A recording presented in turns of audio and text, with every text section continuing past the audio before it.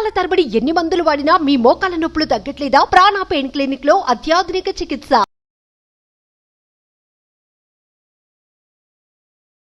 So ప్రత్యేకించి చాలామంది అడిగేది ఏంటంటే క్లాసెస్ ఎక్కడెక్కడ జరుగుతున్నాయని అడుగుతూ ఉంటుంటారు సార్. ఈసారి క్లాసెస్ ఎక్కడెక్కడ నిర్వహించబోతున్నారు, డేట్స్ ఏంటి, ఏరియాస్ ఏంటి? ఓకే అమ్మా, మనకి ఇప్పుడు 2024 10 నవంబర్ వచ్చి తిరుపతిలో ఉంటుంది. ఓకే, 1 డిసెంబర్ వచ్చి రాజమండ్రిలో ఉంటుందమ్మా. Sure sir. విధంగా వీలైనంత తొందరగా ఎన్రోల్ చేసుకోండి. అలాగే ఇంకో మీకు స్పెషల్ విషయం ఏంటంటే 22 డిసెంబర్ వచ్చి స్పెషల్ క్లాస్ ఉంటుంది. ఓ 22 డిసెంబర్ మనకి స్పెషల్ క్లాస్ ఉంటుంది. ఓకే, వీలైనంత తొందరగా స్పెషల్ క్లాస్కి ఎన్రోల్ చేసుకోవాలి. ఎందుకంటే లాస్ట్ టైం కూడా చాలా రష్గా ఉండింది. దాని గురించి నేను మళ్ళీ నెక్స్ట్ ఎపిసోడ్లో దాని గురించి ఎక్స్ప్లెయిన్ చేస్తాను. డెఫినెట్గా సార్, దాని గురించి వివరణ ఇస్తాను. Sure sir. Thank you sir. నమస్కారం డాక్టర్ శ్రీ ఆచార్య అనంతకృష్ణ స్వామి గారు. మనీకి సంబంధించినటువంటి ఆలోచన స్కిల్స్ లేనప్పుడు ఎందుకు సక్సెస్ అవుతారు? సక్సెస్ అవ్వడానికి అవకాశమే లేదు అసలు అక్కడ. ఇంకొకటి ఏంటంటే ఆ ఆలోచన స్థితిని చేరుకోవాలి అనుకున్నా కూడా మన సబ్జెక్ట్ ఫాలో అయ్యేటువంటి వాళ్ళకే అది పూర్తిగా అవగతం చేసుకోవడానికి అవకాశం ఉండేలా ఉంటుంది. సో వీడియోస్ చూసి కొంతమంది నేర్చుకున్నారు, వీడియోస్ చూసిన తర్వాత కొంతమంది ఎక్స్పీరియన్స్లోకి వచ్చారు, అండ్ వీడియోస్తో పాటు క్లాస్కి అటెండ్ అయినటువంటి వాళ్ళకి కూడా కొంత అవగాహన వచ్చింది. అందుకే ఇవాళ ఖండాలు దేశాలు దాటి అటు దుబాయ్లో కానివ్వండి, రేపు గోవాలో జరగబోయేటువంటి క్లాసెస్ కానివ్వండి, ఎక్కడున్నా సరే దానికి సంబంధించిన వాటిల్లో ఆ సబ్జెక్ట్లో ఉన్నటువంటి సీక్రెట్స్ అన్నీ బయటపడుతున్నాయి. అంటే ఆ స్కిల్ చాలా ఇంపార్టెంట్ సార్.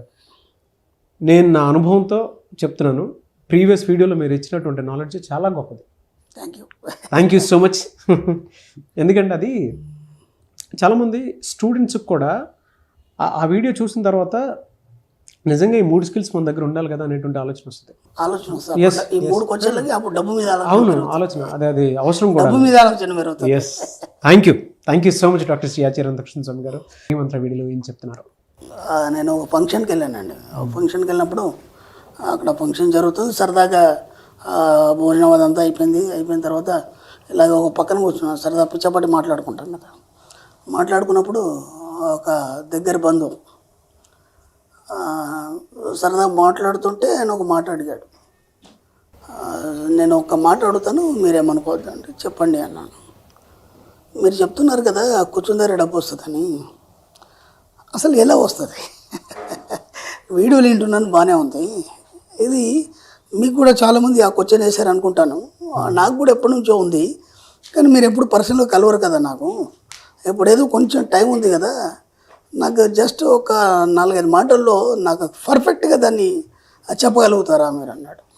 అంటే నేను అన్నాను, 8 గంటల క్లాసు నీకు ఏం చెప్తే అర్థమవుతుంది అంటే నాకు ఆ లాజిక్ చెప్పండి. నేను క్లాసు వీలైతే వస్తాను మళ్ళీ తర్వాత, కానీ మాత్రం అసలు ఇంత ఈజీగా ఒక లాజిక్ ఏంటి అసలు అని అడిగాడు ఆయన. అయితే నేను అన్నాను, ఆకర్షణ సిద్ధాంతం అంటే ఏంటి అన్నాడు. తెలుగు తెలుసు కదా నీకు, ఆకర్షణ సిద్ధాంతం ఉండేది ఆకర్షించడం. ఓ సూదంటు రాయింది, ఒక ఇనుప ముక్కను ఆకర్షిస్తుంది, ఓకేనా? అది ఇనుప ముక్క, అది సూదంటు రాయి కాబట్టి అది దాని ఒక సహజ గుణం, ఓకేనా? మన మీద ఆకర్షణ సిద్ధాంతం ఎలా పనిచేస్తుంది అని అడిగాడు ఆయన. దీన్ని లా ఆఫ్ అట్రాక్షన్ అంటారు అన్నాడు ఆయన. కావచ్చు, నాకు తెలియదు. దానికే తెలుగు పేరు ఆకర్షణ సిద్ధాంతం, దానికి ఇంగ్లీష్లో లా ఆఫ్ అట్రాక్షన్. మరి దానికి సంబంధం ఏంటి నాకు ఇంకా కూడా నాకు క్లారిటీ రావట్లేదు. నేనన్నాను, మీరు ఆఫీస్కి వెళ్ళేప్పుడు ఇంటికి ఎప్పుడైనా సరే ఎన్నోసార్లు మీరు ఇంటికి వెళ్ళినప్పుడు కానీ బయట నుంచి ఇంటికి వెళ్ళినప్పుడు కానీ ఒక క్యాడ్బరీ చాక్లెట్ తీసుకెళ్ళారు మీ ఇంటికి? చాలాసార్లు తీసుకెళ్ళాను. మీ ఆవిడ కనుక తింటుందా అన్నాను. ఆమె ఎందుకు తింటుందండి అన్నాడు. మరి మీ బాబు తింటాడా అన్నాను. వాడికి ఎక్కువ ఇష్టం ఉండదండి. మరి ఎవరు తింటారు? మా పాపకు చాలా ఇష్టం అన్నాడు. ఓకేనా? మరి బాబుకి ఏమి ఇస్తారు? బాబుకు వేరేది తీసుకెళ్తాను, ఓకేనా? సరే, అది కాకుండా వేరేది ఏదైనా తీసుకుపోయినప్పుడు వాళ్ళు డిసప్పాయింట్ అయినారా అన్నాడు. అదేంటండి అలా చెప్తున్నారు అన్నాడు. అవును, డిసప్పాయింట్ అయినారు కదా, కానీ ఎన్నోసార్లు నువ్వు వేరే తీసుకెళ్దామని చెప్పేసి క్యాడ్బరీ చాక్లెట్ తీసుకెళ్ళావు, ఆ బాబుకు సంబంధం తీసుకెళ్ళగానే వాళ్ళు ఏమన్నారు? వెళ్ళగానే, ఓ డాడీ మీరు ఇదే తీసుకొస్తారని మాకు తెలుసు, మేము అప్పటి నుంచి అనుకుంటున్నాం అన్నారు. అక్కడ పాపం మీకు చెప్పలేదు, మీరు ఆ పాపకు చెప్పలేదు. అక్కడ ఆలోచన విధానం మీ యొక్క మైండ్లో అది ఆ ఆలోచన విధానాన్ని ఆకర్షించి మీరు సరిగ్గా అదే తీసుకెళ్ళడం అనేది జరిగింది. ఇదే ఆకర్షణ సిద్ధాంతం. అర్థమైందా?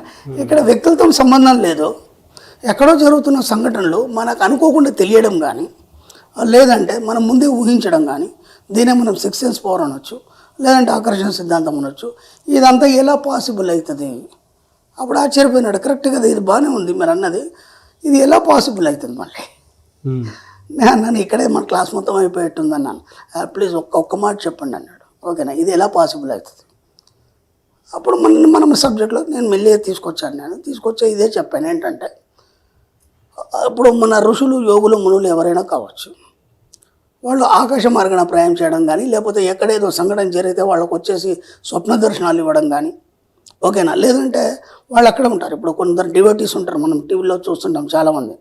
వాళ్ళు చెప్తుంటారు, గురుగారు మా ఇంట్లో ఒక ఇన్సిడెంట్ జరిగింది, ఆ టైంలో మీరు మాకు ఇలా కనిపించారు, లేదంటే స్వప్న దర్శనం ఇచ్చారు, మా ఇంట్లో పని అయిపోయింది. ఆయనకేం పని, ఆయన అక్కడ ఏదో మీటింగ్లో ఉన్నాడు, లేకపోతే ఇంట్లో ఉన్నాడు, లేకపోతే ఆశ్రమంలో ఉన్నాడు. ఇదంతా ఎలా జరిగింది? అంటే మనందరికీ తెలియనటువంటి ఒక అద్భుతమైన అనంతమైన శక్తి ఏదైతుందో అది ఆకర్షణ సిద్ధాంతం లాగా పనిచేస్తుంది. అంటే ఏంటంటే ఒక ట్రాన్స్ఫార్మర్ ఉంది, దాని నుంచి ఎన్నో వైర్లు ఉన్నాయి, ఎన్నో పోల్స్ ఉన్నాయి, ఎక్కడి నుంచో వచ్చిన కరెంటు మన ఇంట్లోకి వచ్చి బల్బు వెలిగినట్టు అలా ఈ విశ్వం అంతా ఒక కనెక్టివిటీ ఉంది. దాన్నే మనం ఆకర్షణ సిద్ధాంతం అంటారు. కాబట్టి ఎప్పుడు అవన్నీ ఓపెన్ అవుతాయి, మనం ఎప్పుడైతే స్విచ్ ఆన్ చేసినప్పుడే లైట్ వచ్చినట్టు, ఎప్పుడైతే మనం ఈ కనెక్టివిటీలోకి వచ్చి వాళ్ళ ఆరోలోకి వెళ్తామో అప్పుడు మాత్రమే ఓపెన్ అవుతాయి. అప్పటిదాకా ఓపెన్ కావు. ఇప్పుడు మన సబ్జెక్టులకు కానీ, లేదంటే వేరే సబ్జెక్టులో కానీ, ఏ సబ్జెక్ట్ తీసుకున్నా సరే, ఒక ఆధ్యాత్మిక పరంగా తీసుకున్నా సరే, లేదంటే ఒక సైన్స్ పరంగా తీసుకున్నా సరే, లేకపోతే మన డబ్బు పరంగా మన సబ్జెక్ట్ తీసుకున్నా సరే, ఏ సబ్జెక్ట్ తీసుకున్నా సరే, ఒకసారి నువ్వు స్విచ్ చేయడం అనేది మొదలు పెడితే మెల్లిమెల్లిగా ఆ తరంగాలన్నీ అక్కడికి చేరి దానికి సంబంధించినటువంటి ఆలోచనలు కానీ, దానికి సంబంధించిన సబ్జెక్ట్ కానీ, దానికి సంబంధించినటువంటి ఆకర్షణకు సంబంధించి ఎలాంటి విషయాలైనా సరే మీ దగ్గరికి చేర్చబడతాయి. ఇదంతా గుప్తంగా జరిగిపోతుంటుంది విషయంలో. అర్థమైంది? అందుకే దీని ఏమన్నా ఉంటే విశ్వదర్శన శాస్త్రం అన్నాం. లా ఆఫ్ అట్రాక్షన్ కాదు. ఇదంతా ఎలా ఉంటుంది కనెక్టివిటీ అంటే, మనం సబ్జెక్ట్లో డెప్త్కి వెళ్ళినప్పుడు మీ యొక్క ఆలోచన తరంగాల సమూహం ఏదైతుందో అది వెళ్ళి విశ్వంలో ఉన్న ప్రతిదాన్ని స్పృశిస్తుంది. స్పృశించి మీకు కావాల్సిన దాన్ని పట్టుకొని వచ్చేస్తుంది మీ దగ్గరికి. ఆయన అన్నాడు, ఇంత ఉందా సబ్జెక్ట్ అన్నాడు ఆయన. అంటే ఇవన్నీ చెప్తుంటే ఇదంతా ఎలా అవుతుంది ఏంటి, ఇవన్నీ డౌట్స్ వస్తాయి కదా మనకి. ఆయన ద్వారా మన డౌట్స్ అన్ని క్లియర్ అయిపోయినాయి. ప్రతిదానికి ఒక కనెక్టివిటీ ఉంటుంది. ఇప్పుడు ఆ తల్లికి ఓ పసిపాపతో ఎట్లా కనెక్ట్ ఉంటుందో, మీకు మీ పిల్లలకి ఎట్లయితే కనెక్ట్ ఉంటుందో, ఈ సబ్జెక్ట్లో కూడా ఒకసారి ఈ సబ్జెక్ట్ వైపు వచ్చిన తర్వాత దీనికి సంబంధించినటువంటి మేధావులు, ఇంతకుముందు ఉన్నటువంటి దీంట్లో పరిశోధన చేసిన వాళ్ళు ఎవరైతే ఉన్నారో వాళ్ళ యొక్క ఆత్మలతోని అనుసంధానం అనేది జరుగుతుంది మనకి. అర్థమైంది? అప్పుడేమవుతుంది, వాళ్ళ ఆరోగ్యంలోకి మనం వెళ్ళిపోయి ఎన్నో అద్భుతాలు మన జీవితంలో చూడడం కానీ, లేదంటే సూక్ష్మంలో వాళ్ళ రూపంలో వాళ్ళు వచ్చి మనకు దర్శనాలు ఇవ్వడం కానీ, లేదా సజెషన్స్ ఇవ్వడం కానీ, లేదంటే మనకు డబ్బు పరంగా ఏమైనా ప్రాబ్లమ్స్ ఉంటే కానీ, లేదంటే డబ్బు గురించి మనం పదే ఆలోచించినప్పుడు అవన్నీ క్లియర్ చేయడం కానీ, అవన్నీ మనకి తెలియకుండానే జరుగుతుంది. వాళ్ళు కనిపించాలి, చూపించాలి అనేవి లేదు.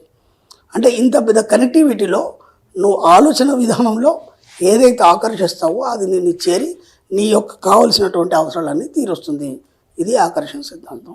అలాగే డబ్బు కూడా, డబ్బుకు సంబంధించి మనం ఇంతగానం ఆలోచించినప్పుడు, డబ్బుకు సంబంధించి నిరంతరం మనం ఆలోచనలు పట్టి ఉంచి వాటి వైపు పరిశోధన చేసినప్పుడు వాటికి సంబంధించిన కనెక్టివిటీ అనేది నీ యొక్క ఆలోచన తరంగాల ద్వారా నీ సబ్కాన్షియస్ మైండ్కి వచ్చేసి నీకు కావాల్సిన అవసరాలన్నీ డబ్బు రూపకంగా ఎలా కోరుకుంటున్న వాళ్ళు తీర్చడం జరుగుతుంది. సింపుల్, అది సబ్జెక్ట్. మాటలు లేవు, ఇంతకంటే ఏం చెప్తాం, అంతే కదా. సౌండ్ అంతే. ఓన్లీ డబ్బే కాదు కదా, ప్రతి దాంట్లో జరిగేది అదే కదా, అన్నిట్లో జరిగేది అంతకంటే ఏం లేదు. ఎక్సలెంట్ అండి. అసలు అంటే నేను మాట్లాడడానికి కూడా లేదు. మేమే sir, thank you so much doctor Shri Acharya అంతక్షణ స్వామి గారు. థ్యాంక్ యూ అండి.